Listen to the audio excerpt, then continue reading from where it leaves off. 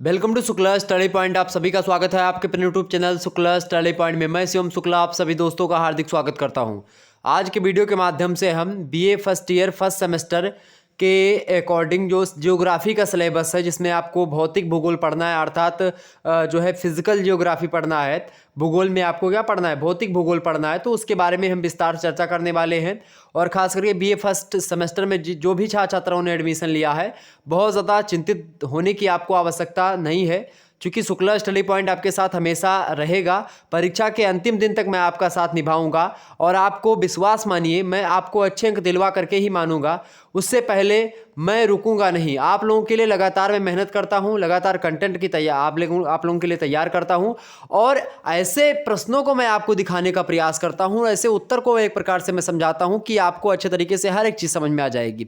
इससे पहले 2022 वाले जो मॉडल पेपर हैं, आप उनको उठा करके, और 2022 में जो पूछे गए प्रश्न थे अलग अलग यूनिवर्सिटीज़ में, सभी विश्वविद्यालयों के अकॉर्डिंग मैं पढ़ाने का प्रयास करता हूं। ऐसा नहीं किसी एक दो विश्वविद्यालय का, लगभग सभी विश्वविद्यालय जो है, अब तो नई शिक्षा नीति लागू हो चुकी है, सभी का सिलेबस सेम कर दिया गया है। तो अब आपको बिल्कुल चिंता करने की आवश्यकता नहीं। आप किसी भी विश्वविद्यालय से हैं, आपका सिलेबस भौतिक भूगोल है और भौतिक भूगोल में क्या पढ़ना है, अब बिल्कुल आपको निश्चिंत हो जाना है। शुक्ला स्टडी पॉइंट पर आप निर्भर अगर भी हो जाएंगे और कुछ नहीं पढ़ना, तो भी आप आसानी से पास कर पाएंगे बीए को। खास करके ये बात आप ध्यान रखें। लेकिन जो बातें मैं बताता हूं, जो बातें मैं अभी बताऊंगा, या जो इन प्रश्नों का उत्तर जिस तरीके से मैं समझाऊंगा, अगर इस वीडियो को आपने 2 से 3 बार देख करके उन चीज़ों को समझ लिया, तो आपको कहीं से कुछ पढ़ने की आवश्यकता नहीं पड़ेगी। आगे चलते हैं और जानने का प्रयास करते हैं। इससे पहले 2022 वाले मॉडल पेपर पड़े हुए हैं, आप देख लीजिएगा उनको भी।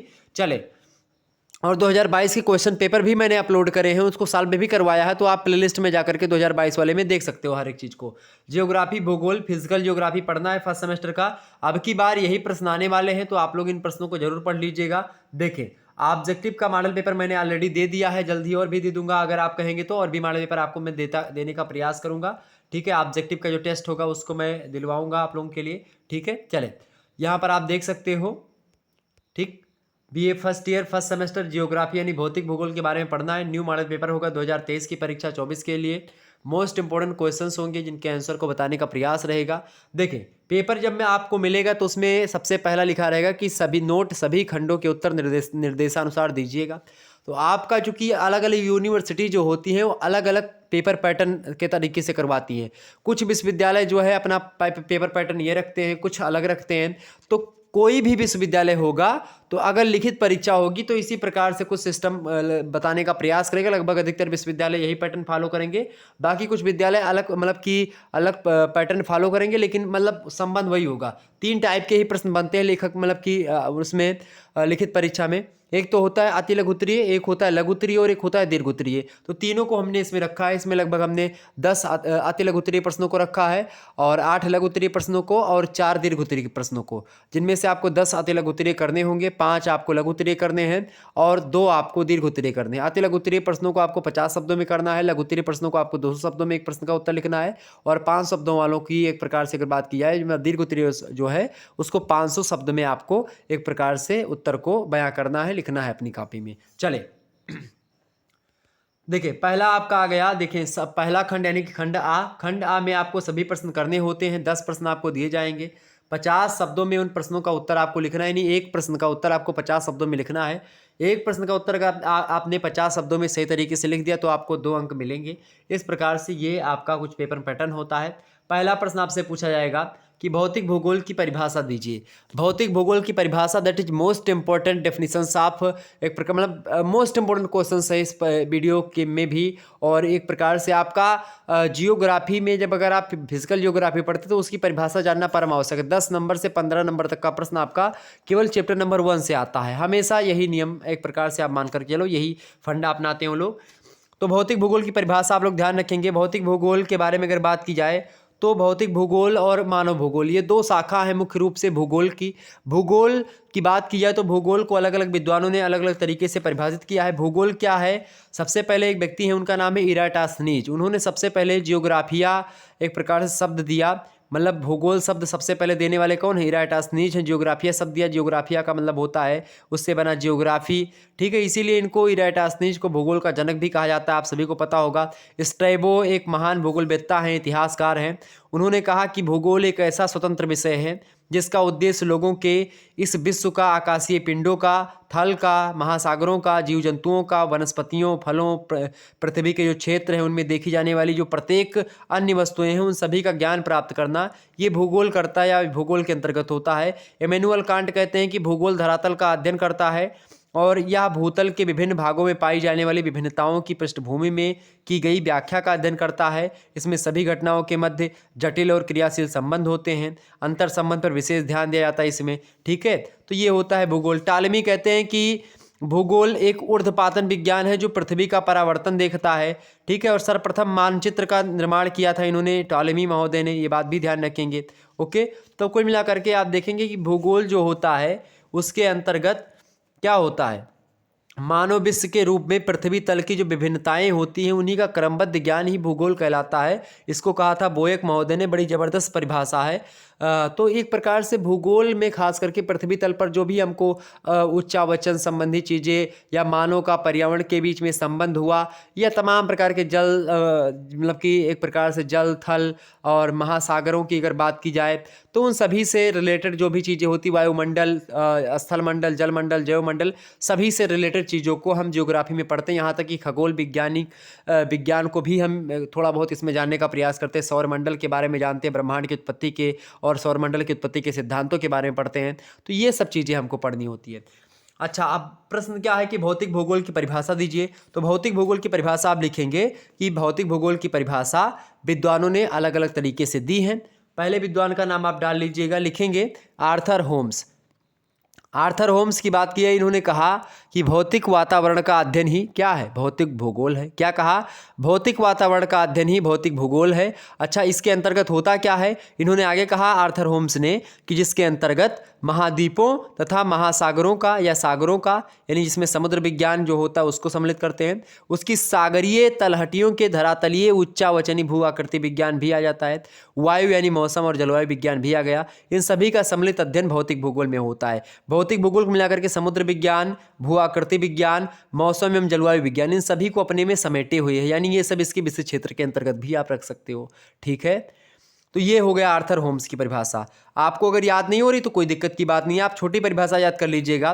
ठीक है, छोटी परिभाषा क्या ध्यान रखेंगे, इमैनुअल कांट की। इमैनुअल कांट कहते हैं कि, क्या कहते हैं इमैनुअल कांट की, भौतिक भूगोल विश्व के ज्ञान का प्रथम भाग है। क्या कहा, विश्व के ज्ञान का प्रथम भाग है क्या, भौतिक भूगोल। आगे कहा कि यह वास्तव में सारभूत प्रारंभिक तथ्य है जिसके द्वारा विश्व के वस्तुबोध को हम समझ सकते हैं, समझा जा सकता है, ये बताया इमैनुअल कांट ने।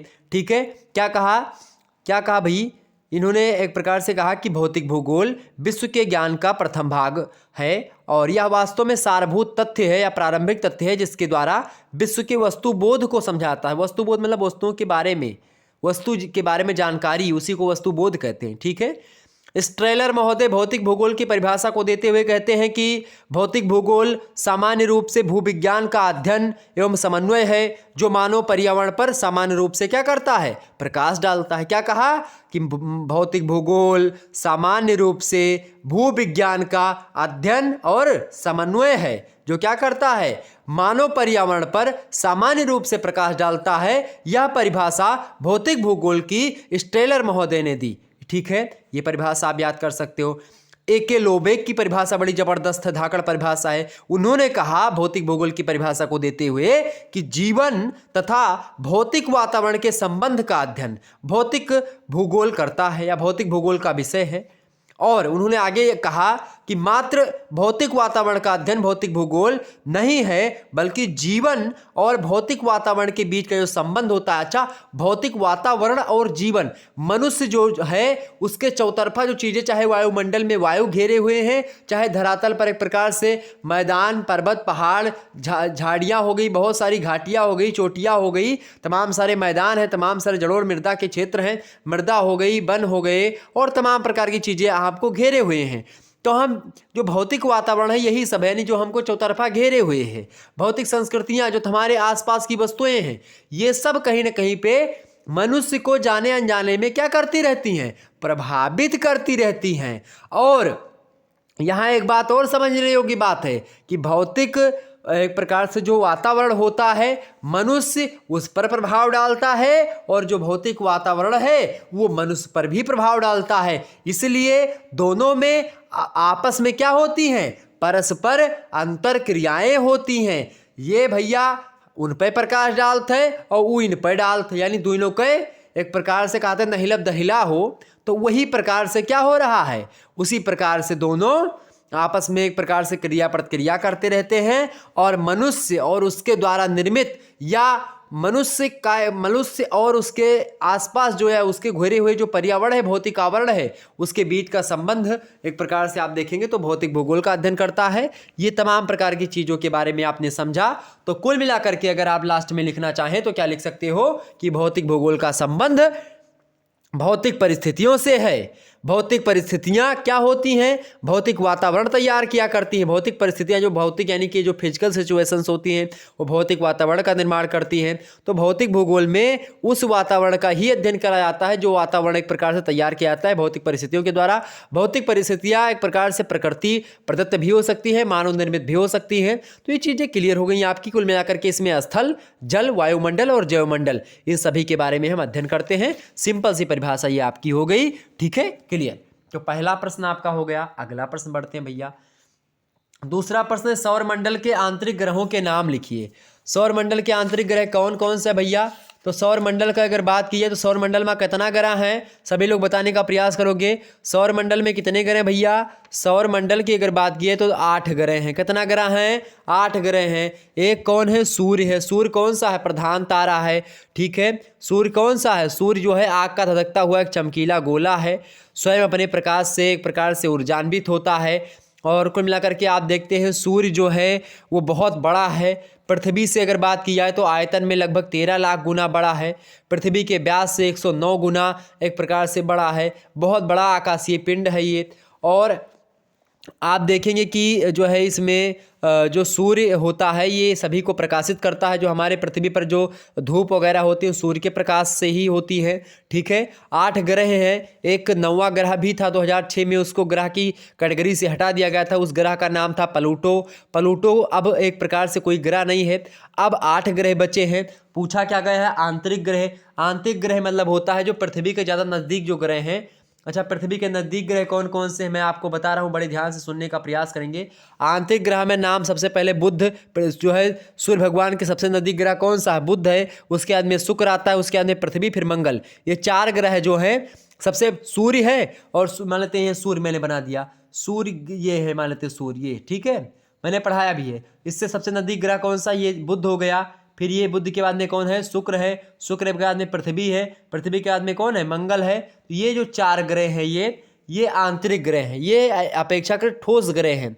और बाहरी ग्रहों की अगर बात की जाए तो उसमें नाम आता है बृहस्पति का, नाम आता है शनि का, नाम आता है अरुण का, और नाम आता है वरुण का, ठीक है। यानी कि आप देखते हैं बृहस्पति, शनि, अरुण और वरुण, ये 4 ग्रह ये बाहरी ग्रह हैं। और बुध, शुक्र, पृथ्वी और मंगल, बुध, शुक्र, पृथ्वी, मंगल ये जो हैं ये आंतरिक ग्रह हैं। तो आपसे आंतरिक ग्रह पूछे या बाहरी ग्रह पूछे, आप आसानी से बता पाएंगे कि नहीं बता पाएंगे? बिल्कुल बताएंगे। बोलो, बता पाएंगे ना? बिल्कुल। फटाफट से वीडियो को लाइक और शेयर कर दीजिएगा। जितने भी लोग देख रहे हो, जितने भी लोग देख रहे हो सभी लोग वीडियो को लाइक कर दीजिएगा और शेयर कर दीजिए सभी दोस्तों के पास अपने। ओके, बिल्कुल। चले तो कौन कितने ग्रह हैं भैया? कुल मिलाकर के अब 8 ग्रह हैं। कौन कौन से? बुध, शुक्र, पृथ्वी, मंगल, बृहस्पति, शनि, अरुण, वरुण। बुध, शुक्र, पृथ्वी, मंगल, बृहस्पति, शनि, अरुण, वरुण। क्लियर हो गई? सबसे पहला सूर्य के नजदीक कौन सा है? बुध है। उसके बाद में फिर शुक्र आता है, शुक्र के बाद में पृथ्वी, पृथ्वी के बाद में मंगल, मंगल के बाद में बृहस्पति, बृहस्पति के बाद में शनि, शनि के बाद में अरुण, और अरुण के बाद में वरुण। तो ये एक प्रकार से 8 ग्रह हैं। पृथ्वी से मैंने दूरी के क्रम में बताया, क्लियर। बुध के बारे में मैंने ऑलरेडी आपको बताया, बुध सबसे छोटा ग्रह है, सूर्य से सबसे नज़दीक ग्रह है, ठीक है, ये बात ध्यान रखेंगे। चंद्रमा से थोड़ा सा बड़ा है अगर बात की जाए व्यास में, ठीक है। इसका व्यास 4880 किलोमीटर के आसपास पड़ता है और सूर्य से 576 लाख किलोमीटर की दूरी पर स्थित है, क्लियर। और शुक्र की अगर बात की अंग्रेजी में सूर्य को वेनस बोलते हैं, बुध को मरकरी कहते हैं। तो शुक्र की बात की यानी वेनस की, तो वेनस जो है ये बुध और मंगल से बड़ा है और अन्य सभी ग्रहों से छोटा है, यानी बुध और मंगल से शुक्र बड़ा है। शुक्र और पृथ्वी को जुड़वा बहन भी कहा जाता है, ठीक है, जुड़वा बहनें हैं। और शुक्र का व्यास 12,104 किलोमीटर है। सूर्य से दूरी की बात की तो 10,82,00,000 किलोमीटर है, ओके। और बात की जाए अगर पृथ्वी की यानी अर्थ जिसको कहते हैं अंग्रेजी में, सौरमंडल का सबसे अधिक ज्ञात और मानव निवास करने वाला सबसे पहला ग्रह है। बुध से बड़ा है, शुक्र से बड़ा है और मंगल से भी बड़ा है पृथ्वी जो है अपना, ओके। और बाकी अरुण से, शनि से, वरुण से और बृहस्पति से, इन सभी से छोटा है पृथ्वी। ये बात ध्यान रखेंगे। 23.5 डिग्री झुकी हुई है अपनी एक प्रकार से अक्ष पर पृथ्वी। 365 दिन और 6 घंटे में एक प्रकार से एक साल में पूरा सूर्य की परिक्रमा पृथ्वी करती है। क्लियर। सूर्य से इसकी दूरी 14,96,00,000 किलोमीटर है। और पृथ्वी का व्यास की बात की तो 12,756 किलोमीटर इतना इसका व्यास है। अगर पृथ्वी को यहाँ से खोदेंगे हम, ठीक है, पृथ्वी को अगर खोदें तो कितना लंबा जाएंगे हम, उस पार निकलेंगे। 12,756 किलोमीटर जब हम गहराई में खोद लेंगे तो हम उस पार निकल जाएंगे, ठीक। अगला आपका ग्रह मंगल है। मंगल को अंग्रेजी में मार्स बोलते हैं। मार्स जो है ये बुध से बड़ा है, बाकी सभी से छोटा है, ओके। और जो है 6787 किलोमीटर दूर है, मतलब कि सॉरी 6787 किलोमीटर इसका व्यास है। और सूर्य से दूरी की बात की तो 22,79,00,000 किलोमीटर दूर है ये। और 687 दिन में अपनी एक परिक्रमा सूर्य की पूरा करता है। फोबोस और डीमोस 2 उपग्रह हैं मंगल के, ये बात भी ध्यान रखेंगे। बृहस्पति की, अच्छा, मंगल को लाल ग्रह भी कहा जाता है, ठीक। बृहस्पति की अगर बात की जाए तो बृहस्पति, अच्छा, मंगल पर ही गड्ढे, ज्वालामुखी और घाटियां भी दिखाई पड़ी, तो अब ऑब्जेक्टिव में कभी कभी प्रश्न पूछ लेता है। बृहस्पति को अंग्रेजी में जुपिटर कहते हैं। बृहस्पति जो सौरमंडल का सबसे बड़ा ग्रह है और इसकी दूरी की बात की सूर्य से तो 77,83,00,000 किलोमीटर दूर है। व्यास इसका 1,82,000 मतलब 42,800 किलोमीटर दूरी पर है। सूर्य की एक परिक्रमा पूरी करने में इसको 11 साल और 9 महीने का समय लगता है, ओके। शनि की बात की है तो शनि जो है जिसको अंग्रेजी में सैटर्न बोलते हैं, बृहस्पति के बाद में दूसरा सबसे बड़ा ग्रह जो है वो शनि ही है। और इसका व्यास लगभग 1,20,000 जो है हज़ार किलोमीटर है। और सूर्य से लगभग 142.7 करोड़ किलोमीटर दूरी है। एक परिक्रमा पूरी करने में सूर्य की खास करके पृथ्वी के लगभग 29.5 वर्ष लग जाते हैं, यानी 29 दशमलव यानी लगभग 30 साढ़े 29 साल लग जाते हैं एक परिक्रमा सूर्य की पूरी करने में। भीषण ठंड पड़ती है शनि पर, मतलब कि बहुत ज़्यादा तापमान -151 डिग्री सेल्सियस के आसपास रहता है। और शनि के लगभग 21 ग्रह हैं और बृहस्पति के 16 उपग्रह हैं, ठीक है। उपग्रह शनि के कितने उपग्रह हैं? 21 है। सबसे ज़्यादा उपग्रह किस ग्रह के आपसे पूछे तो शनि के सबसे ज़्यादा उपग्रह कितने हैं? 21 है। सबसे बड़ा उपग्रह कौन सा? शनि का टिटान है, ठीक है। और बृहस्पति का कितने उपग्रह हैं बृहस्पति के? तो 16 उपग्रह हैं, ठीक है। एक उपग्रह है बुध, मंगल और कुबेर से भी बड़ा आप मान सकते हो, ठीक है। कई सारे उपग्रह हैं, इसके 16 उपग्रह हैं, ठीक। टिटान जो है किसका उपग्रह है? शनि का उपग्रह सबसे बड़ा है और लगभग बुध के बराबर है आकार में। बाकी शनि के उपग्रहों में मिमास हो गया और भी तमाम से टेथीस, डियान, रिया, ये सब हो गए, ओके। फोबे भी है एक। इसके अलावा अरुण जो है उसको नेपच्यून बोलते हैं। ये बृहस्पति और शनि से छोटा, यानी तीसरा सबसे बड़ा ग्रह कौन सा है? तो अरुण है, ओके। 51,800 किलोमीटर इसका व्यास है अरुण का। और सौरमंडल की बाहरी सीमा के निकट सूर्य से लगभग बात की जाए तो 286.9 मतलब कि 96 करोड़ किलोमीटर की दूरी पर स्थित है ये। और अगर बात की जाए तो वरुण से कुछ बड़ा है ये, मतलब कि अरुण जो है, ठीक है। और उसके बाद में आप देखते हैं ये 15 इसके उपग्रह हैं अरुण के। उसमें एरियल हो गया, अब्रियल हो गया, टिटोनिया मतलब टिटेनिया हो गया, ओबेराल हो गया, मिरांडा हो गया, ये सब आते हैं। -200 डिग्री सेल्सियस के तापमान नीचे ही रहता है यहाँ पर अरुण पर भी। और अगला आता है आपका वरुण। वरुण की बात करें तो उसको यूरेनस बोलते हैं और इसकी खोज करी थी 1846 ईस्वी में। जर्मन खगोलज्ञ थे एक, उनका नाम था जोहान गाले, उन्होंने वरुण की खोज करी थी।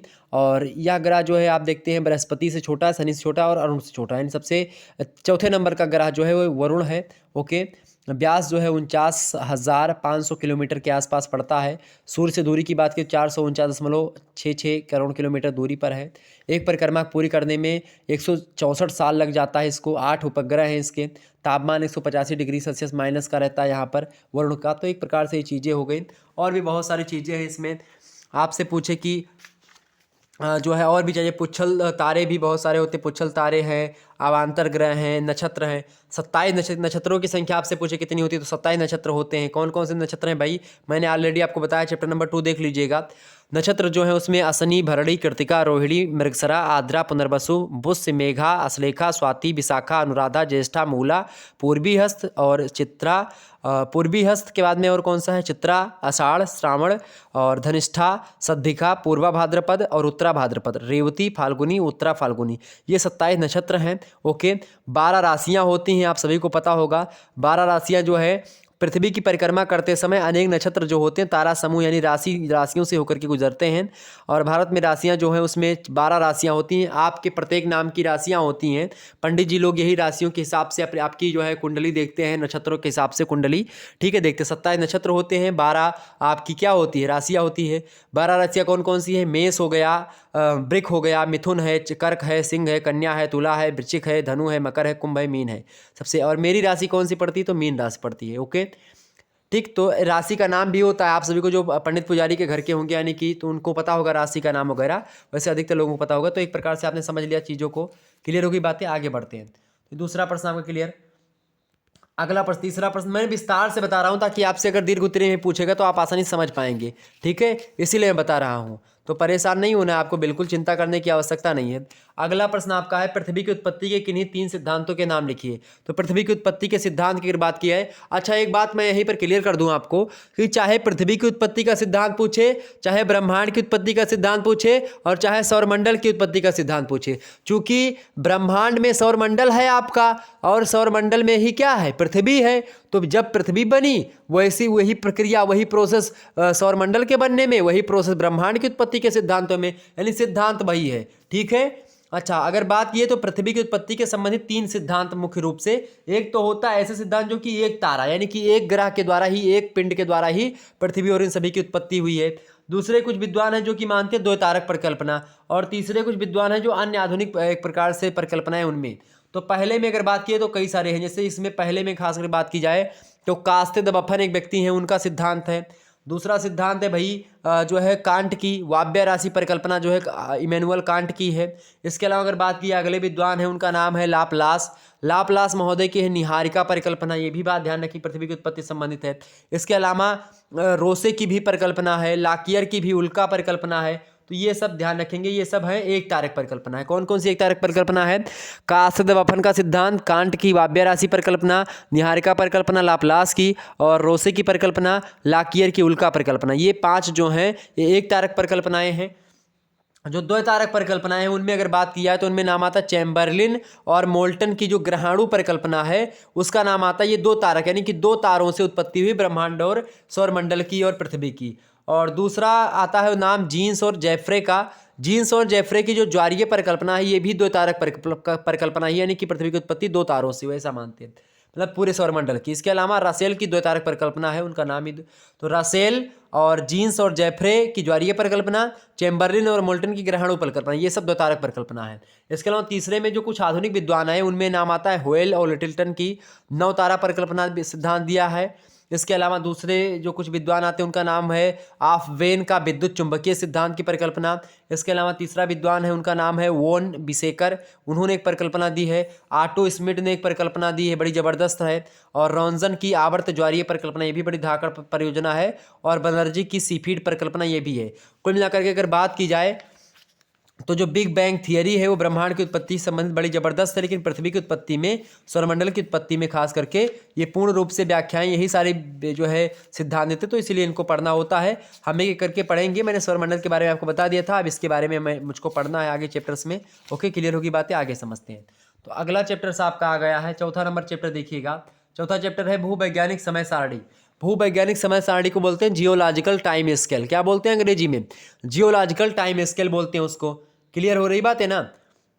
तो जियोलॉजिकल टाइम स्केल की बात की जाए तो चूंकि पृथ्वी का धरातल जो है ठोस बनने एवं महाद्वीप और महासागरों का सर्वप्रथम निर्माण के साथ ही आप देखते हैं पृथ्वी की तब से लेकर के और वर्तमान तक की जो स्थिति है, इसी स्थितियों को तमाम सारे जो है क्रियाकलापों के द्वारा एक व्यवस्थित रूप दिया गया है। भूवैज्ञानिकों ने क्या किया है, तमाम सारा प्रयास करने के बाद में उसको एक प्रकार से क्या किया है, उसको कालखंडों में बांटा है। उसी कालखंडों को हम बोलते हैं जियोलॉजिकल टाइम स्केल। ओके, और विद्वान लोग बताते हैं कि लगभग महासागरों का निर्माण जो हुआ होगा पृथ्वी पर, वो लगभग आज से 125 से 150 करोड़ साल पहले ही महासागरों का निर्माण हो गया था, महाद्वीपों का निर्माण हो गया था।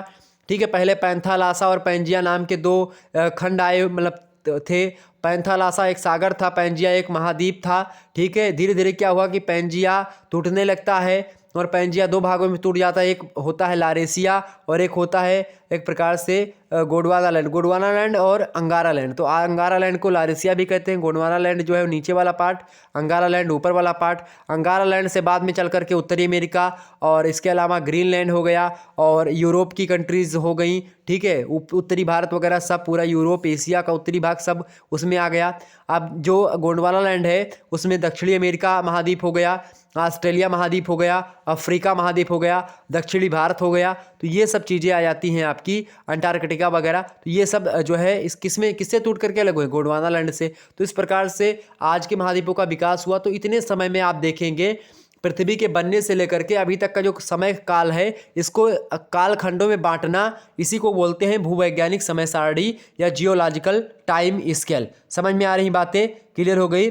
और महासागरों में लोगों ने बताया कि एक प्रकार से आज से लगभग 50 से 60 करोड़ वर्ष पूर्व एक प्रकार से आप देखते हैं जीवों का विकास हुआ होगा।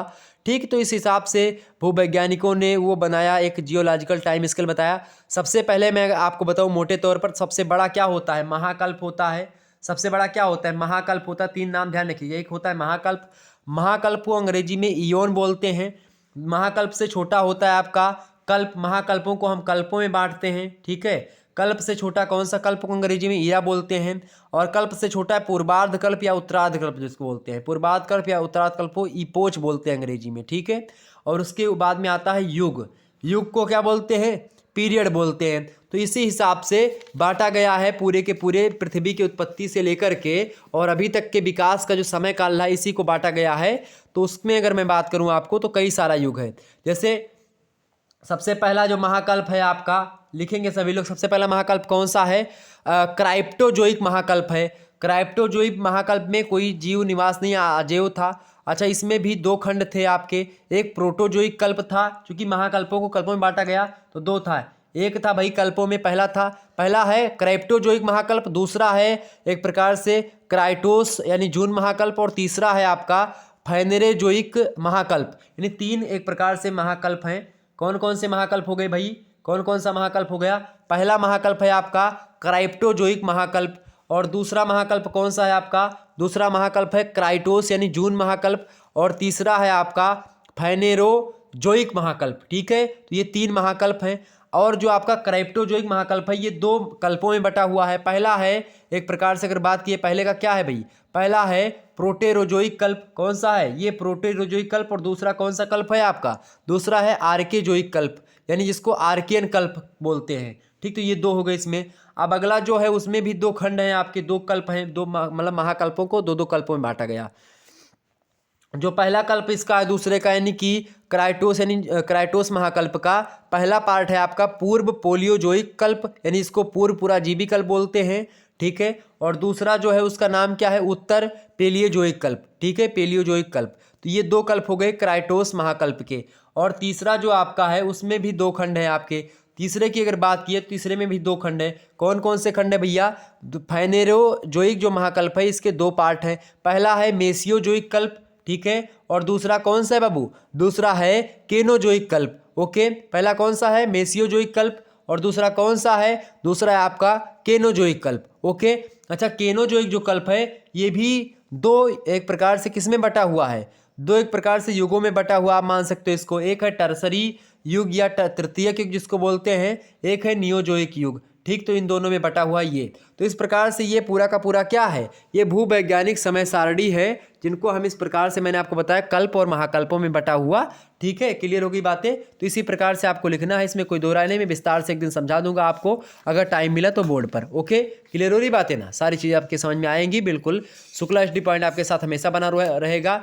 इसी प्रकार से अपना प्यार दुलार हमेशा बना रखिए। फटाफट से एक बार वीडियो को लाइक और शेयर कर दीजिएगा। चलिए, जितने भी लोग देख रहे हैं फटाफट से वीडियो को लाइक और शेयर कर दीजिएगा भाई। जितने भी लोग देख रहे हैं फटाफट से वीडियो को लाइक और शेयर कर दीजिएगा। चले आगे बढ़ते हैं हम अगले चीज़ों को समझने का प्रयास। अगला प्रश्न है आपके समक्ष, 5वां नंबर प्रश्न है, भू संतुलन किसे कहते हैं? भू संतुलन किसे कहते हैं भैया? भू संतुलन की अगर बात की जाए, भू संतुलन को अंग्रेजी में क्या बोलते हैं? आइसोस्टेसी कहते हैं। आइसोस्टेसी मतलब क्या होता है? भू संतुलन। चूंकि आप देखते हैं पृथ्वी क्या है, पृथ्वी अपने अक्ष पर 23.5 डिग्री झुकी भी हुई है, ठीक है, और पृथ्वी पर महासागर है, पृथ्वी पर बड़े बड़े पहाड़ भी हैं, पृथ्वी पर पठार भी हैं, पृथ्वी पर लंबी लंबी चोटियां हैं, तो कहीं पर गहरी गहरी घाटियां हैं, पृथ्वी पर बहुत सारे जंगल हैं, ठीक है, बहुत सारे वन हैं, बहुत सारे मरुस्थल हैं, बहुत सारे मैदान हैं, बहुत सारे एक प्रकार से चीज़ें हैं पृथ्वी पर, उच्चावच बहुत सारे पर्वत पठार मैदान ये सब हैं। तो परिभ्रमण करती हुई पृथ्वी के ऊपर स्थित जो क्षेत्र है जिसमें पर्वत पठार मैदान और गहराई में स्थित तमाम सारी चीज़ें जैसे कि झील हो गया, समुद्र हो गया, घाटियाँ हो गई गहरी गहरी ये सब चीज़ें, इसमें भौतिक और यांत्रिक स्थिरता की दशा को संतुलन की दशा कहते हैं। मतलब ही भू संतुलन, चूंकि भूमि घूम भी रही है अपने स्थान पर, भूमि अपने स्थान पर घूम रही है, 23.5 डिग्री अपने अक्ष पर झुकी हुई भी है और सूर्य का प्लस में चक्कर भी लगा रही है। अब ऐसे में बड़े बड़े पहाड़ जो पृथ्वी पर हैं उनको तालमेल बैठाना, कहीं पर घाटियां हैं, कहीं पर चोटियां हैं, कहीं पर पर्वत पठार, कहीं पर झीलें महासागर हैं, तो उनमें समन्वय स्थापित करना। ये घूमती हुई पृथ्वी किस प्रकार से अपना बैलेंस बनाती है, उसी बैलेंस बनाने की प्रक्रिया भू संतुलन कहलाती है। सॉरी, तो बैलेंस बनाने की प्रक्रिया को हम क्या बोलते हैं? पृथ्वी पर चोटी और घाटियों के बीच में बैलेंस बनाने की प्रक्रिया, झीलों महासागरों के बीच में, बड़े बड़े मरुस्थलों और मैदानों के बीच में एक प्रकार से घूमती हुई पृथ्वी पर भ्रमण करती हुई पृथ्वी का बीच में जो एक प्रकार संतुलन स्थापित करना ही भू संतुलन कहलाता है, ठीक है। तो आइसोस्टेसी जो है क्या है? एक प्रकार से यही चीज़ें हैं। क्लियर? अंग्रेजी में क्या बोलते हैं इसको? आइसोस्टेसी बोलते हैं। आइसोस्टेसी जो शब्द है ये आइसोस्टेटिक्स शब्द से बना हुआ है, जो कि एक ग्रीक भाषा का शब्द है जिसका अर्थ होता है समस्थिति। समस्थिति मतलब समान स्थिति हो। कौन स्थिति? समान स्थिति, मतलब कि कौनो प्रभाव नहीं पर पृथ्वी घूम रही है। अगर यही सब घूमते कारण से आप देखते हैं बड़े बड़े जो पर्वत पठार होते हैं उन्हीं के एरिया में भूकंप वगैरह आते हैं। क्यों आते हैं? चूंकि भू संतुलन थोड़ा सा अगर बिगड़ा तुरंत भूकंप आ गया। अभी मुश्किल से एक महीना 15 दिन हुआ होगा आपने भूकंप के झटके को अनुभव किया होगा। रात में लगभग 2 बजे के आसपास आया था, ठीक है, तो वो है, तो वही होता है आपका भू संतुलन। भू संतुलन की परिभाषा को देते हुए आर्थर जो है होम्स कहते हैं, बड़े ज़बरदस्त भूगोलवेत्ता हैं, ये कहते हैं कि संतुलन की वही दशा जो स्थल के बड़े बड़े भागों में पाई जाती है, जो विभिन्न सतह पर पर्वत पठार मैदान आदि के रूप में फैले हुए हैं, वही भू संतुलन कहलाती है। ओके, क्लियर बात। और J.A. स्टीयर्स महोदय कहते हैं कि पृथ्वी के धरातल पर जहाँ कहीं भी संतुलन विद्यमान है, समान धरातलीय क्षेत्रों के नीचे पदार्थ की मात्रा समान होगी, उन्होंने बताया। तो इस प्रकार से आप देखते हैं ये तमाम सारी चीज़ें, तो भू संतुलन का यही है। भू संतुलन के बारे में अलग अलग विद्वानों ने अलग तरीके से बताया है और संतुलन का सिद्धांत भी प्रतिपादन किया है जॉर्ज एवरेस्ट महोदय ने, ठीक है। जॉर्ज एवरेस्ट जो हैं एक प्रकार से इन्होंने भू संतुलन के बारे में, J.H. प्राट महोदय ने इन्होंने भी संतुलन के बारे में बताया। तो ये सब चीज़ें हम समझेंगे आगे चल करके, लेकिन आपसे भू संतुलन किसे कहता तो मैंने आपको बता दिया। भू संतुलन के बारे में आपको समझ में आ गया होगा। अच्छा, भू संतुलन के ही कारण से ज्वालामुखी भूकंप ये सारी चीज़ें क्रियाएँ होती हैं। अगला प्रश्न है आपका 6वां नंबर प्रश्न है, ज्वालामुखी किसे कहते हैं? ज्वालामुखी किसे कहते हैं भाई? फटाफट से बताने का प्रयास करेंगे। ज्वालामुखी किसे कहते हैं? बताइए भाई, ज्वालामुखी किसे कहते हैं? बताओ। ज्वालामुखीयता और ज्वालामुखी। अच्छा, ज्वालामुखी जो होता है इसकी अगर बात की जाए तो ज्वालामुखी क्या होता है?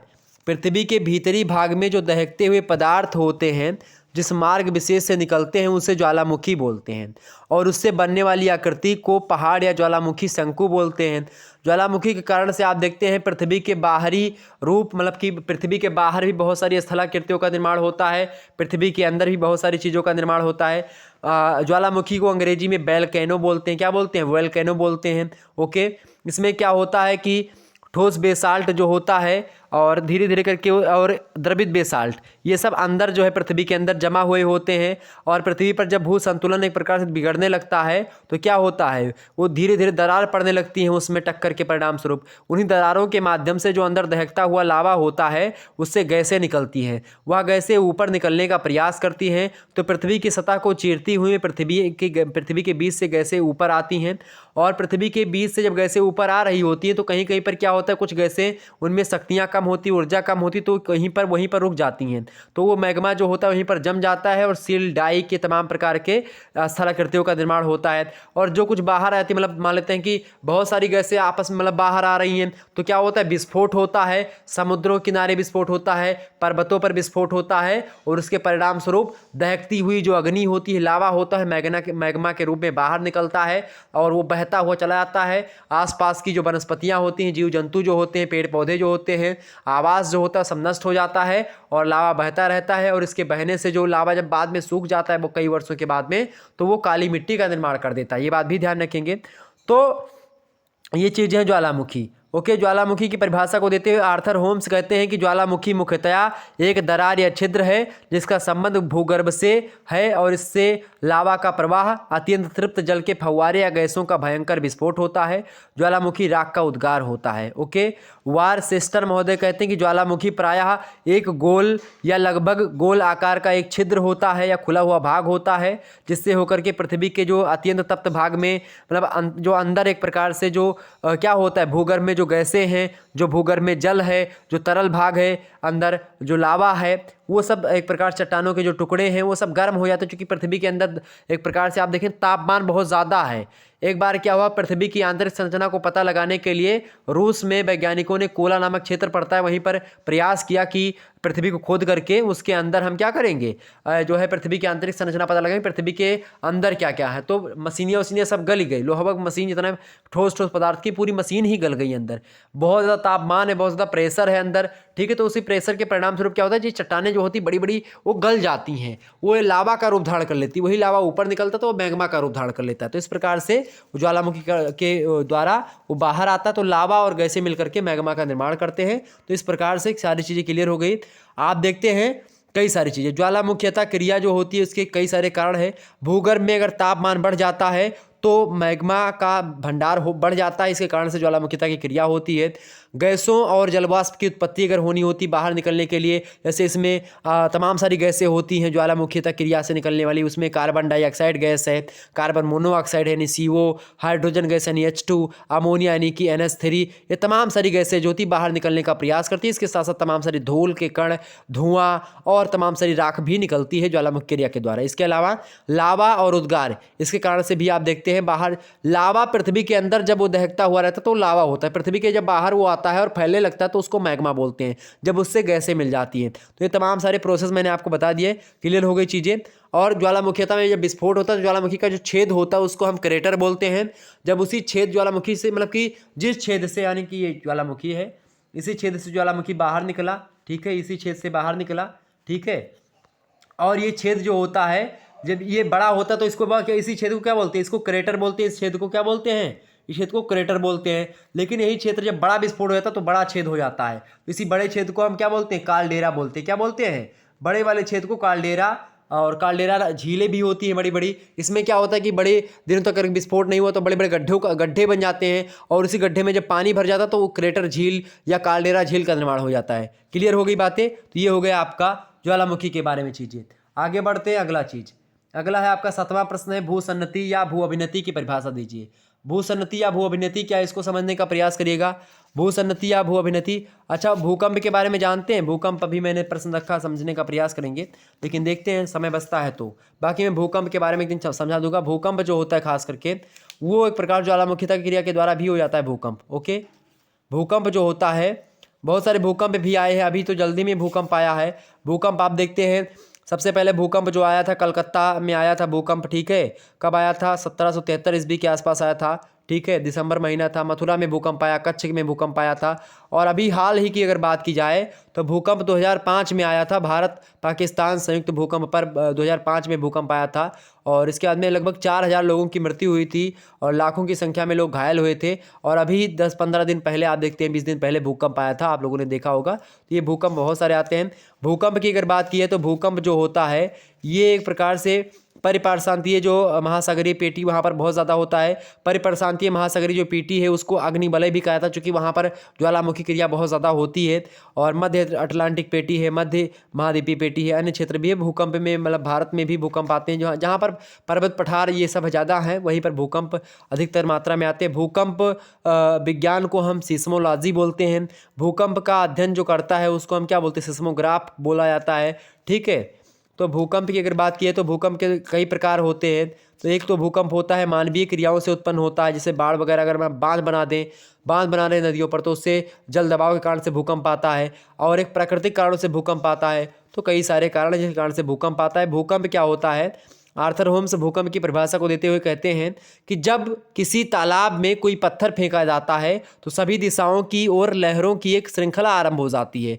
इसी प्रकार से चट्टानों के आकस्मिक विक्षोभ के द्वारा विक्षोभ स्थल से सभी दिशाओं की ओर कंपन प्रारंभ हो जाता है और इन कंपन का संक्रमण ही भूकंप कहलाता है। आर.एस. पवार कहते हैं कि भूकंप जो होता है वो पृथ्वी के आंतरिक भाग से संबंधित वे धरातलीय कंपन होते हैं जो प्रकृति के द्वारा उत्पन्न होते हैं। ठीक है, तो इस प्रकार से भूकंप के बारे में भूकंप की उत्पत्ति जो होती है इसकी प्राचीन विचारधारा भी है, क्योंकि अलग अलग विद्वान अलग अलग तरीके से विचारधारा मानते हैं। अगर मैं भारत की बात करूं वैसे जो है कुछ लोग बताते हैं कि पृथ्वी जो है जानवर के सींग पर स्थित है। अब इसमें टर्की, कालीमंटन और बुल्गारिया में लोग बताते हैं कि पृथ्वी जो है वो भैंस के सींग पर स्थित है।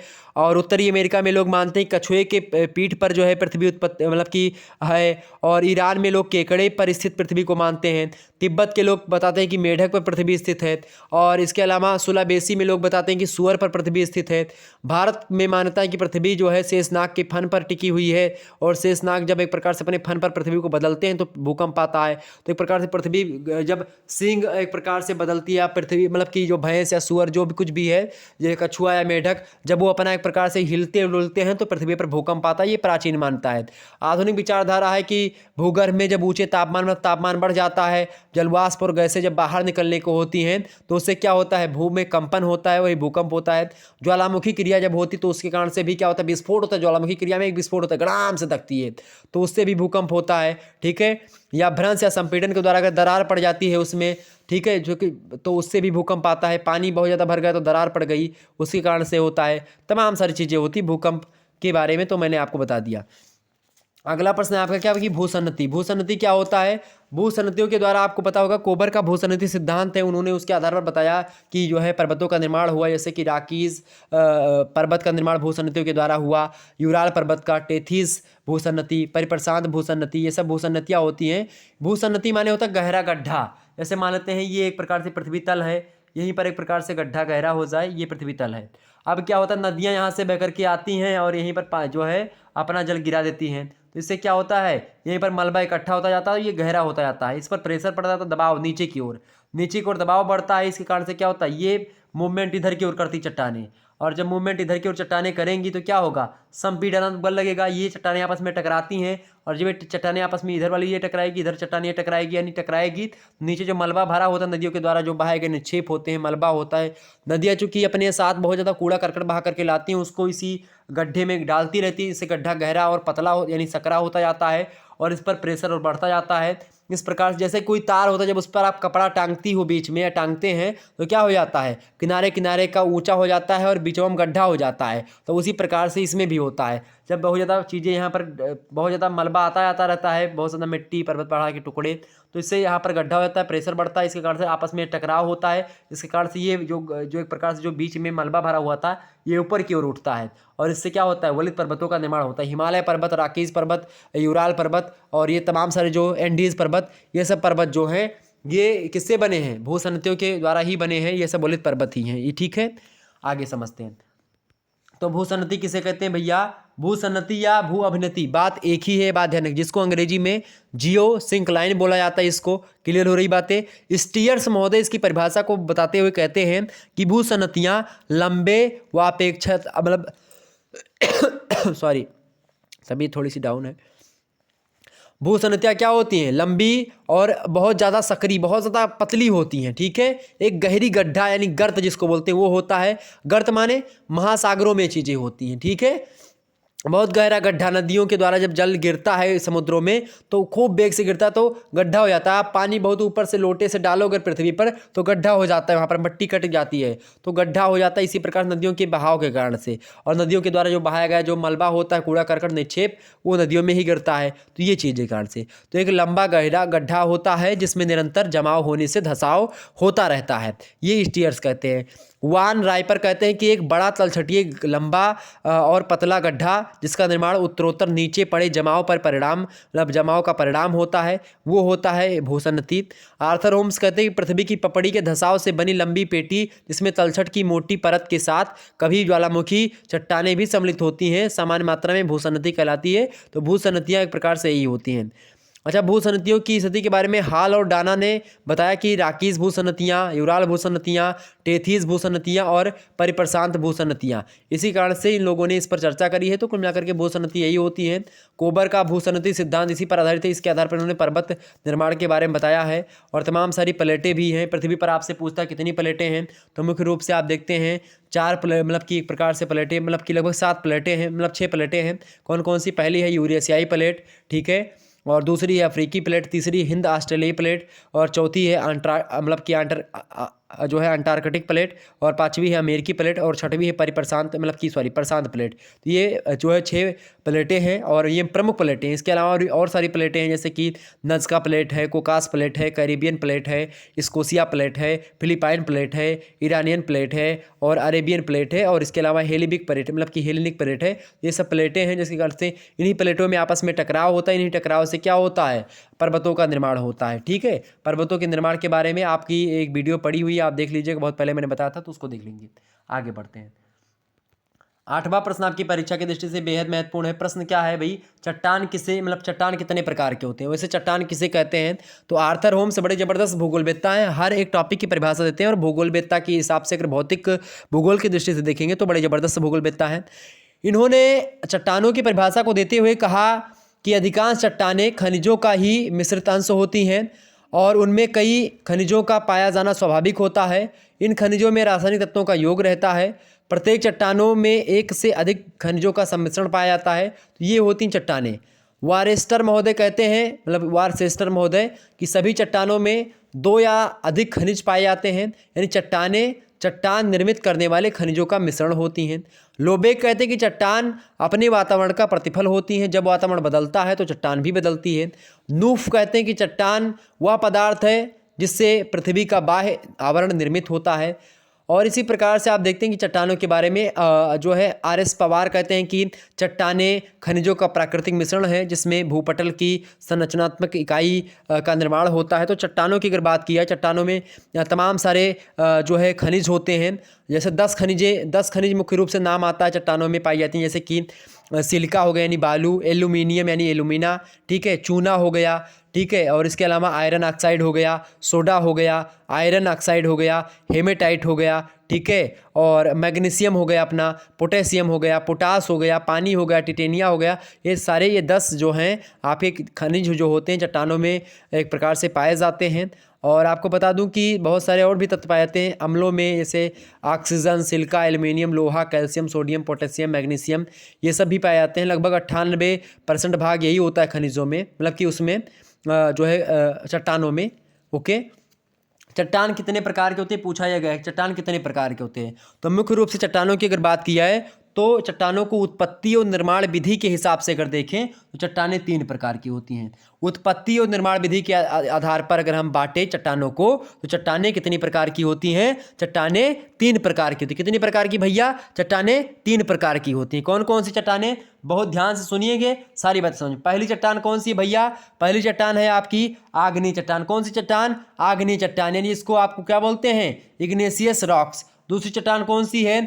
परतदार चट्टानें, ठीक है। सेडिमेंट्री रॉक्स बोलते हैं इसको, परतदार चट्टानों को, ठीक है। और तीसरी प्रकार की चट्टान है उसको बोलते हैं कायांतरित चट्टानें, यानी कि मेटामोर्फिक रॉक्स। अब देखें, जो आग्नेय चट्टानें होती हैं, आग्नेय चट्टानों की अगर बात की जाए, आग्नेय माने होता है एक प्रकार से खास करके इग्निस शब्द से बना है, लैटिन भाषा का शब्द है इग्निस, उससे बना है आग्नेय। और आग्नेय का मतलब होता है एक प्रकार से अग्नि, यानी पृथ्वी के भीतरी भागों से आंतरिक क्रिया के द्वारा पृथ्वी के ऊपरी परत या ऊपरी धरातल पर जब पिघला हुआ जो लावा होता है या पदार्थ जो ठोस हो जाता है, उसी को हम आग्नेय चट्टान बोलते हैं। क्योंकि पृथ्वी के भीतरी भाग में आप देखते हैं बहुत ज़्यादा तापमान है, बहुत ज़्यादा तो एक दबाव पड़ता है, उससे मैग्मा एक प्रकार से जो निर्माण होता है, जब वो बाहर आता है वो सूखता है। तो कुल मिलाकर के आप देखते हैं वही चट्टानें निर्माण करती हैं आग्नेय चट्टानें, ठीक है। आग्नेय चट्टानों में आप देखते हैं तमाम सारी चीज़ें आती हैं। आग्नेय चट्टानों में कई सारी चीज़ें हैं, ओके। ग्रेनाइट हो गया, स्फटिक हो गया, फैलास्फर हो गया, ये सब, ओके। तो ये चीज़ों को आप ध्यान रखेंगे। भारत में रांची पठार जो है, रांची का पठार, सिंह भूमि, राजस्थान, ये सब जो हैं ये पाताली चट्टानों के उदाहरण हैं, आप देख सकते हो। और आप देखते हैं और भी तमाम सारे अच्छा मध्यवर्ती आग्नेय चट्टानें भी हैं, जैसे लेकोलिथ, लेपोलिथ, फेकोलिथ, डाइक, सिल, ये सब जब जो है ज्वालामुखी निकलती है अंदर से पृथ्वी के, तो जब कुछ ऐसे तत्व होते हैं, मतलब कि जब प्रेशर ज़्यादा नहीं होता तो ज्वालामुखी क्रिया हो ही नहीं पाती है, तो अंदर अंदर क्या हो जाता है, फैल जाती है दरार पा करके, तो उसी में वो आकार बना लेती है। तो उसमें ज्वालामुखी के द्वारा जो आंतरिक पृथ्वी के अंदर भाग में जो आकृतियों का निर्माण होता है उसको बोलते हैं लेपोलिथ, लेकोलिथ, फेकोलिथ, डाइक और सिल, ये निर्माण करती हैं। तो ये सब भी आग्नेय चट्टान ही होती हैं, ठीक है। क्लियर हो गई बातें। और दूसरी जो चट्टानें होती है उसको क्या बोलते हैं, दूसरी चट्टानें हैं आपकी अच्छा आग्नेय चट्टानों में ग्रेनाइट है आपका, बेसाल्ट चट्टानें, ग्रेबो, डायोराइट, पेरीडोराइट मतलब टाइट, तो ये सब चट्टानें हैं। दूसरी है आपकी परतदार चट्टानें। परतदार चट्टानें मतलब होता है सेडिमेंट्री रॉक्स। इससे क्या होता है, अवसादीय तलछटी चट्टान भी इसको हम बोलते हैं, जो कि क्या होता है अवसाद, यानी कि ऐसी चट्टानें जो कि क्या कर जाती हैं, मतलब कि जो है एक प्रकार से परत एक परत दर परत आप देखते हैं जो बढ़ती चली जाती है, तो उसको परतदार चट्टानें बोलते हैं। और ख़ास करके अगर बात की जाए जो है सेटिंग डाउन बोलते हैं, मतलब कि सेडिमेंटम शब्द से बना है, लैटिन भाषा का शब्द सेडिमेंटम, उससे बना है सेडिमेंटरी, और सेडिमेंटरी से बना है सेडिमेंटरी रॉक्स, ठीक है। इसका मतलब तो सेडिमेंटम से बना है सेटिंग डाउन, सेटिंग डाउन मैंने होता है नीचे बैठना, यानी धीरे धीरे करके निक्षेपों के द्वारा आप देखते हैं जैसे ज्वालामुखी हुई, लगातार अगर मान लो ज्वालामुखी हुई और ज्वालामुखी हुई, एक बार हुई फिर बह गया लावा ऐसे, ठीक है, फिर बंद हो गई ज्वालामुखी, फिर 2-3-10 साल बाद फिर ज्वालामुखी हुई, ठीक है, फिर 1000 साल बाद फिर ज्वालामुखी आई या 100 साल बाद फिर ज्वालामुखी हुई। तो परत दर परत आप देखते हो चट्टानें, ये चट्टान दूसर होगी, एक परत चट्टान, एक दूसरी परत जम गई, तीसरी परत, चौथी परत, एक प्रकार से परत परत जमती हुई चट्टानें, तो परतदार चट्टानें होती हैं, ठीक है। परतदार चट्टानों में आप देखते हैं जैसे कि जो है तमाम सारी चट्टानें होती हैं परतदार चट्टानों में भी, ओके। तो चूना वगैरह हो गए, सिल्का प्रधान चट्टानें हो गई, और इसमें तमाम सारी चीज़ें होती हैं। तो ये सारी चट्टानें आपकी परतदार चट्टानें होती हैं। और परतदार चट्टानों में भी कई सारी चीज़ें होती हैं, जैसे कि चूना पत्थर हो गया यानी लाइम स्टोन, बलुआ पत्थर हो गया, ओके, और जो है कांग्लोमेरेट हो गया, सैल हो गया, ये सब जो है ये परतदार चट्टानें हैं। और तीसरी जो चट्टान है जिसको हम बोलते हैं कायांतरित चट्टानें। काया अंतरित, काया माने होता है शरीर, अंतरित माने होता है बदल देना, यानी अपना एक प्रकार से जो शरीर यानी अपना जो रूप था उनका वो रूप बदल दे, यानी पुरानी जो नई चट्टानें थी वो पुरानी हो गई, उसी को काया अंतरित चट्टानें बोलते हैं। ये चट्टान जो है जो एक प्रकार से मेटामॉर्फिक चट्टानें, मेटामॉर्फिक रॉक्स बोलते हैं। मेटा और जो शब्द बना है मेटा और मोर्फे, दो शब्दों से मिलकर के बना है मेटामॉर्फिक, ओके।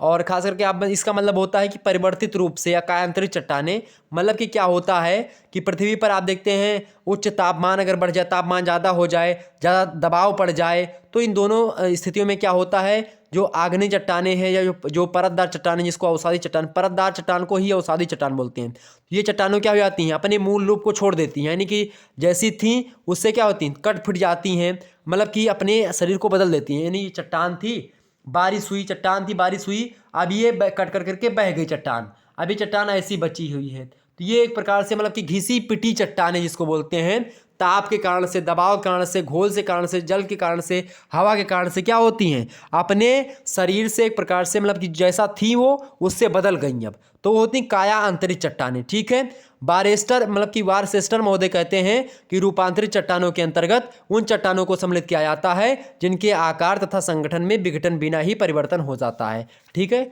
तो कांतरित चट्टानें जो होती हैं उनमें कई सारी चीज़ें होती हैं। आग्नेय चट्टानों में अभ्रक, ग्रेनाइट, ग्रेबो, साइनाइट का नाम आता है। परतदार चट्टानों में बलुआ पत्थर, चूना पत्थर, सैल, पीट ये सब आते हैं।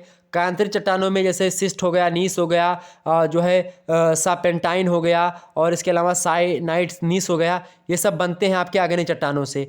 और जो परतदार चट्टानें होती हैं उससे क्वार्टजाइट, संगमरमर, स्लेट, कोयला, ये सब कांतरित रूप से बनती है। यानी कुल मिलाकर के मैं बताना यह चाह रहा हूँ, जैसे मान लेते हैं तो आग्नेय चट्टान और परतदार चट्टान मुख्य रूप से दो ही चट्टान होती है। तो जब आग्नेय चट्टानों में जैसे अभ्रक अगर अपना रूप बदलता है तो अभ्रक क्या बनता है, शिष्ट बन जाता है। ग्रेनाइट अपना रूप बदलता है तो नीस बन जाता है। ग्रेबो अपना रूप बदलता है तो जो है सापेंटाइन बन जाता है। साइनाइड अपना रूप बदलता है तो वो साइनाइड नीस बन जाता है। परतदार चट्टानों की अगर बात की है, जब वो बदलते हैं, परतदार चट्टानों में खास करके बलुआ पत्थर अगर अपना रूप बदलता है तो क्वार्टजाइट बन जाता है, जो कि एक कायांतरित चट्टान है। इसके अलावा जो चूना पत्थर बदलेगा तो संगमरमर बन जाएगा। ठीक है, इसके अलावा सैल जब बदलता है तो स्लेट का निर्माण करता है। इसके अलावा जब आपका पीट बदलेगा तो कोयला का निर्माण करेगा। तो इस प्रकार से कायांतरित चट्टानें जो होती हैं ये आग्नेय और परतदार चट्टानों के रूप बदलने के परिणाम स्वरूप ही निर्मित होती हैं। ठीक है, क्लियर हो गई बातें, आगे बढ़ते हैं। तो ये हो गया आपका चट्टानों के बारे में कुछ बातें। आगे बढ़ा जाए तो ये 8वां प्रश्न आपका हो गया। अगला प्रश्न आप देखेंगे 9वां प्रश्न है। 9वां नंबर प्रश्न आप सभी लोग देखिएगा। 9वां नंबर प्रश्न, वलन के प्रकार लिखिए। वलन के प्रकार, वलन क्या होता है भाई, वलन को फोल्ड बोलते हैं। क्या बोलते हैं, फोल्ड या फोल्डिंग, इसको या फाल्ट को भ्रंश बोलते हैं, फोल्डिंग को वलन बोलते हैं। ठीक है, वलन माने होता है इस प्रकार से, ये देखिए ये होता है वलन अपना। वलन की बात की है, वलन में दो खंड होते हैं, एक होता है अपनति, एक होता है अवनति। अपनति क्या होता है बाबू, अपनति की अगर बात की जाए तो ये होता है आपका अपनति माने ऊपर वाला हिस्सा। अपनति माने क्या होता है, अपनति जो ऊपर यानी जो चोटी होती है पहाड़ों की वो होती है अपनति। ठीक है, देखें ये हो गया अपनति, और जो ये गड्ढा जो बीच में आ गया ये होता है अवनति यानी सॉरी अभिनति। क्या बोलते हैं इसको, अभिनति बोलते हैं। क्या बोलते हैं, अभिनति। तो ये आपसे बहुत बार प्रश्न पूछता है ऑब्जेक्टिव में भी। तो वलन माने होता है एक प्रकार से इस प्रकार से, ऐसे ऐसे जाना, ये ऐसे चलो ऊपर नीचे ऊपर नीचे, और ऊपर वाले भाग को क्या बोलते हैं, अपनति, नीचे वाले भाग को अवनति, अपनति अवनति, अपनति अवनति। इसी प्रकार से आप देखते हैं हिमालय पर्वत का निर्माण हुआ है, समझ रहे ना, हिमालय पर्वत, एंडीज पर्वत, रॉकीज पर्वत, ये सब वलित पर्वत हैं। तो वलित पर्वत जो होता है उसमें वलन बना हुआ, तो वलन माने एक प्रकार से ऐसे ऐसे, ये एक प्रकार से ये छल्ले टाइप का ये। ठीक है, क्लियर हो गई बातें। वलन यही होता है। वलन की अगर बात की तो संपीड़नात्मक गतियों के प्रभाव से शैल स्तरों में निरंतर विकसित वलन को ही हम वलन कहते हैं, लगातार एक प्रकार से ऐसे ऐसे होना। तो वलन समझ में आ गई बातें, ओके, ये हो गया। इसको क्या बोलते हैं, अपनति, और इसको बोलते हैं अभिनति। इसी को अभिनति बोलते हैं, सन्नति आप देख सकते हैं। सागरों में हो गया तो इसी को भूसन्नति बोल देते हैं, ऐसे बनता है ना ऐसे। ठीक है, और इस प्रकार से ये देखते हैं, ये चोटी, ये ऊपर वाली चोटी हो जाती है, ये बीच में घाटी है गहरी वाली जो होती है, इसमें पानी बहता रहता है नदियों का। ठीक है, चोटियाँ होती हैं, इसी पर बर्फ जमे हुए होते हैं पहाड़ों पर, यहीं से इसे जल बहते हैं और नदियों का निर्माण होता रहता है, ये होता है बर्फ।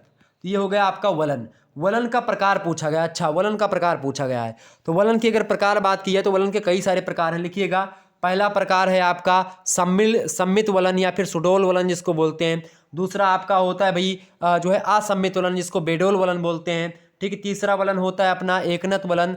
चौथा एक प्रकार से आपका चौथा वलन होता है जो है समनत वलन। पांचवा होता है परिवलित वलन, और आपका छठवां होता है पंखाकार वलन। सातवां होता है जटिल पंखाकार वलन। आठवां होता है प्रतिवलन और वलन। ठीक है, और नौवां होता है मतलब कि अवनमन वलन। 10वां होता है खुला वलन। 11वां होता है बंद वलन, और 12वां होता है ग्रीवा वलन। तो ये सब वलन के प्रकार हैं। मैं वलन के एक प्रकार चित्रों को भी बताने का प्रयास, आपको पंखाकार वलन, कई प्रकार के वलन हो, खुला वलन, प्रतिवलन, तो ये वलन के प्रकार थे जो कि मैंने आपको बता दिए। तो वलन के बारे में, वलन माने क्या होता है, एक प्रकार से ऐसे ऐसे हो, तो वलन हो गया ये।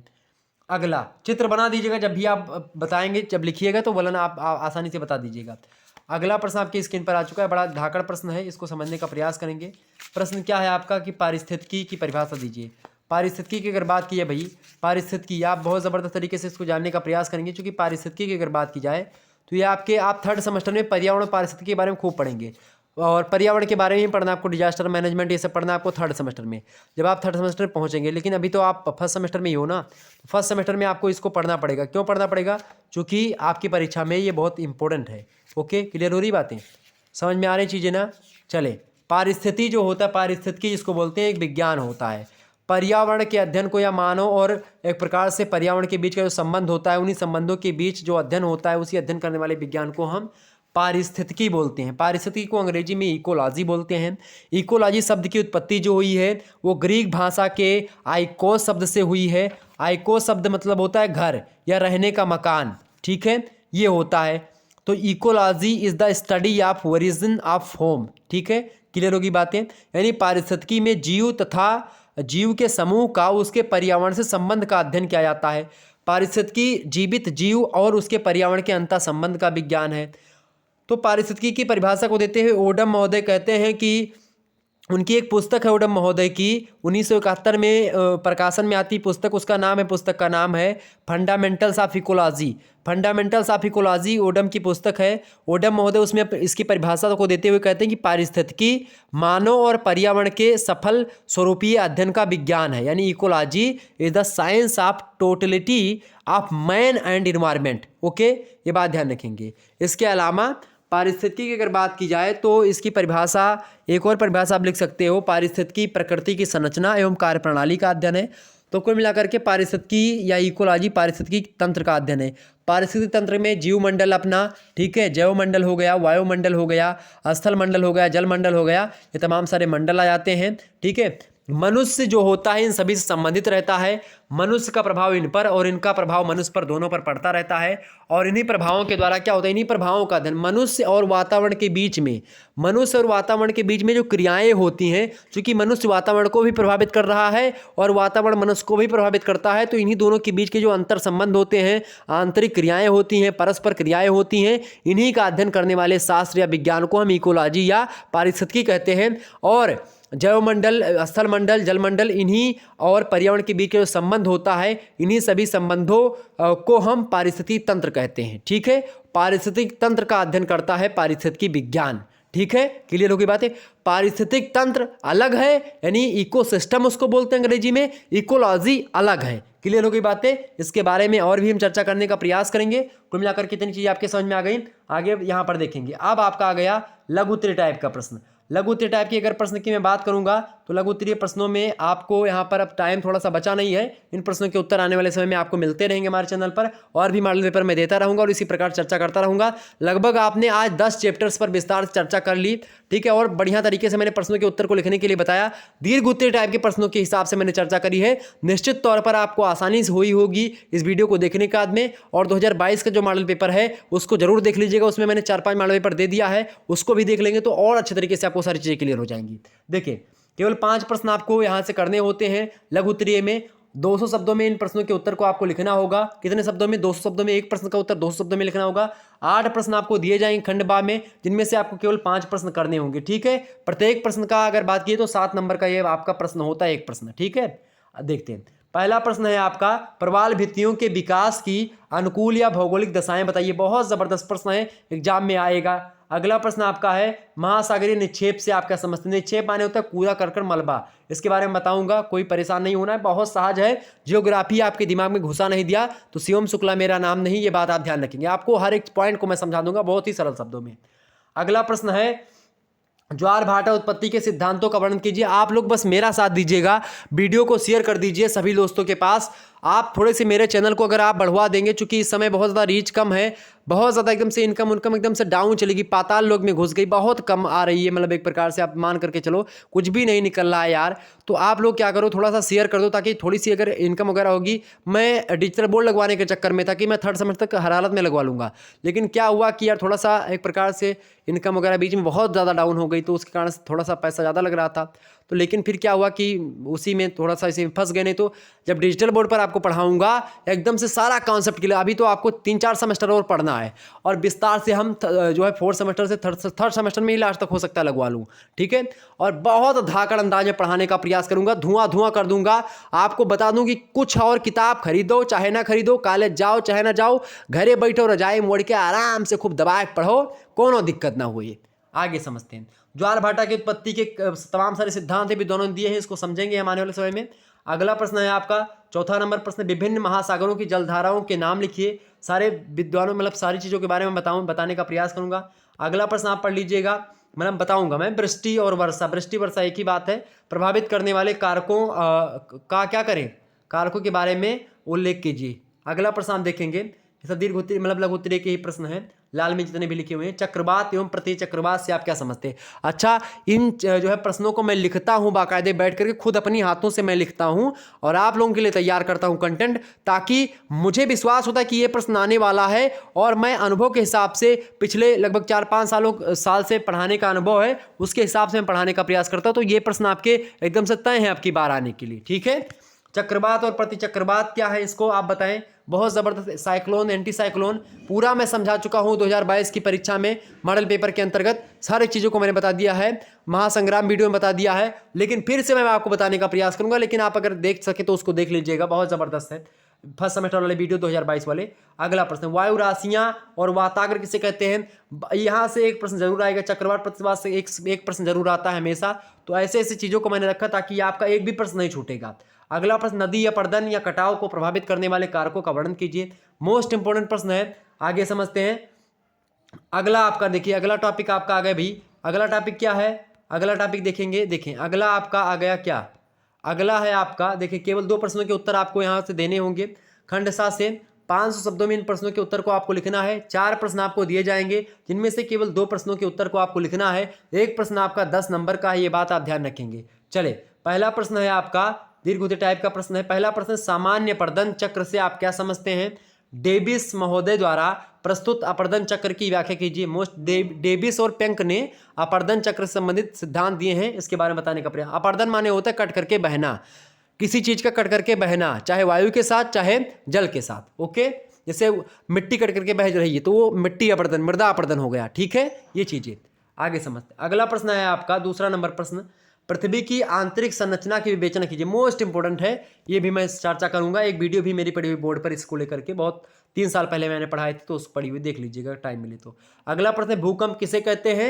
इनके प्रभावों का वर्णन कीजिए। मोस्ट इंपोर्टेंट प्रश्न है, भूकंप वाला, ज्वालामुखी वाला, चक्रवात, प्रतिचक्रवात, वाताग्र, वायु राशियां और समुद्र की लवणता, जलधारा। इनसे प्रश्न हमेशा आते रहते हैं। भूगोल की, भौतिक भूगोल की परिभाषा, और इसके अलावा और भी जो टॉपिक्स हैं आपके, जैसे कि और भी चीज़ें मैंने आपको बताई होंगी, ये सब आपको थोड़ा सा पढ़ना पड़ेगा। सौरमंडल से 1 से 2 प्रश्न आपका हमेशा आता है। चट्टानों से प्रश्न आपका आता है, ज्वालामुखी से और भूकंप से तो प्रश्न आता है, और नदियों के द्वारा और ज्वालामुखिता के द्वारा जो निर्मित स्थलाकृतियाँ होती हैं उसके द्वारा, और नदियों के अपर्दन से या फिर जो है वायु से तमाम प्रकार की स्थलाकृतियों का निर्माण होता है, इनसे प्रश्न जरूर आते हैं।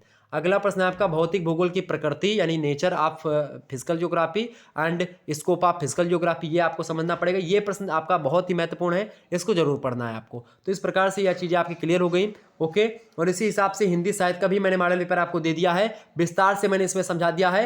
पूरा हिंदी साहित्य आपको एक ही वीडियो में समझ में आ जाएगा, आप इस वीडियो को देख लीजिएगा। मैंने मॉडल पेपर इतने अच्छे तरीके से आपको पढ़ाया है, इतने अच्छे तरीके से बताया है कि मज़ा आ जाएगा। आप इस वीडियो को एक बार जरूर देख लीजिएगा, मज़ा आ जाएगा। अगर मज़ा नहीं आया तो फिर बता दीजिएगा करके, हर एक पॉइंट को मैंने समझा दिया है, निश्चित तौर पर आपके समझ में आ जाएगा, जा करके देख लीजिएगा। चलिए फिर मिलते हैं नेक्स्ट वीडियो में, तब तक के लिए जय हिंद जय भारत। आप सभी का बहुत बहुत धन्यवाद हमारे से जुड़ने के लिए। इसी प्रकार से अपना प्यार हमेशा बनाए रखिएगा। यह वीडियो बहुत जरूरी है, देख लीजिएगा। धन्यवाद, मिलते हैं नेक्स्ट वीडियो में। हिंदी साहित्य का पूरा कोर्स मैंने पढ़ा दिया है 2022 में, आप देख लीजिए। धन्यवाद, good night, all of you.